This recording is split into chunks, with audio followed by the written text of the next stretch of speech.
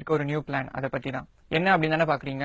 100 கோடி பேருக்கு இலவசமா போன் வழங்க போறாரு, அதுவும் 4G போன் அப்படின்றதுதான் அவரோட டார்கெட். இதுல என்னடா இதுக்கு பின்னாடி ஒரு பெரிய மோசடி இருக்குன்னா, ஒரு பெரிய மாஸ்டர் பிளானே இருக்கு.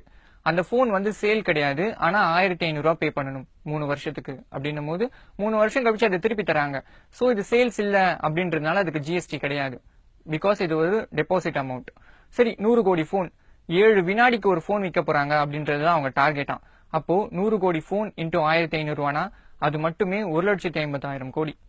இந்த பணத்தை அவர் எதுவுமே செய்யாம வெறும் எஃப்டில இன்வெஸ்ட் பண்ணாம கூட அதுக்கு வர இன்ட்ரெஸ்ட் பாத்தீங்கன்னா 8%.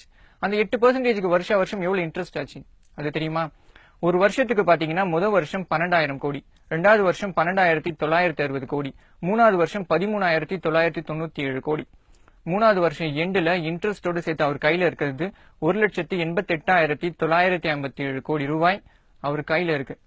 இந்த கையில இருக்கிற இன்ட்ரெஸ்ட்டுக்கு வந்து அவர் டாக்ஸ் பே பண்ணணும். அதாவது இன்கம் டாக்ஸ் இருக்கு அப்படின்னு வைங்களேன், அவருக்கு கிட்ட பேன் கார்டு இருக்குன்னா அவர் 10% வந்து டிடிஎஸ் பே பண்ணணும். அப்படி டிடிஎஸ் பே பண்ணிருந்தா கூட அவர் பே பண்ண அமௌண்ட் எவ்வளவுனா 3,897.5 கோடி ரூபாய் அவர் டாக்ஸ் பே பண்ணிட்டாரு.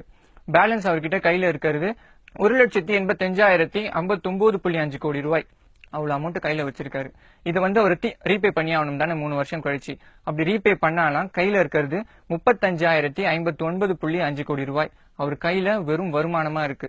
இதுல பாத்தீங்கன்னா அந்த போன்ல ஒரு ஸ்பெஷாலிட்டி என்னன்னா, அதுல ஒரு சிம் தான், அதுவும் 4G சிம், அதுவும் ஜியோ தான் போட முடியும். அப்படின்னும் போது இப்ப அவங்க பேசிக் டாரிஃபா வச்சிருக்கிறதே 350 ரூபா. அது 12 மாசத்துக்கு இன்டூ 3 வருஷத்துக்குன்னா ஒரு போன்ல இருந்து அவங்களுக்கு கிடைக்கிற வருமானம் மட்டும் 11,124 ரூபா. அந்த மாதிரி 100 கோடி போனுக்கு என்ன ஆச்சு? கிட்டத்தட்ட 11,12,400 கோடி ரூபாய் வெறும் அவங்களுக்கு சிம் கார்டுல டாரிஃப் அமௌண்டா மட்டும் வருது. இதையே பிளஸ்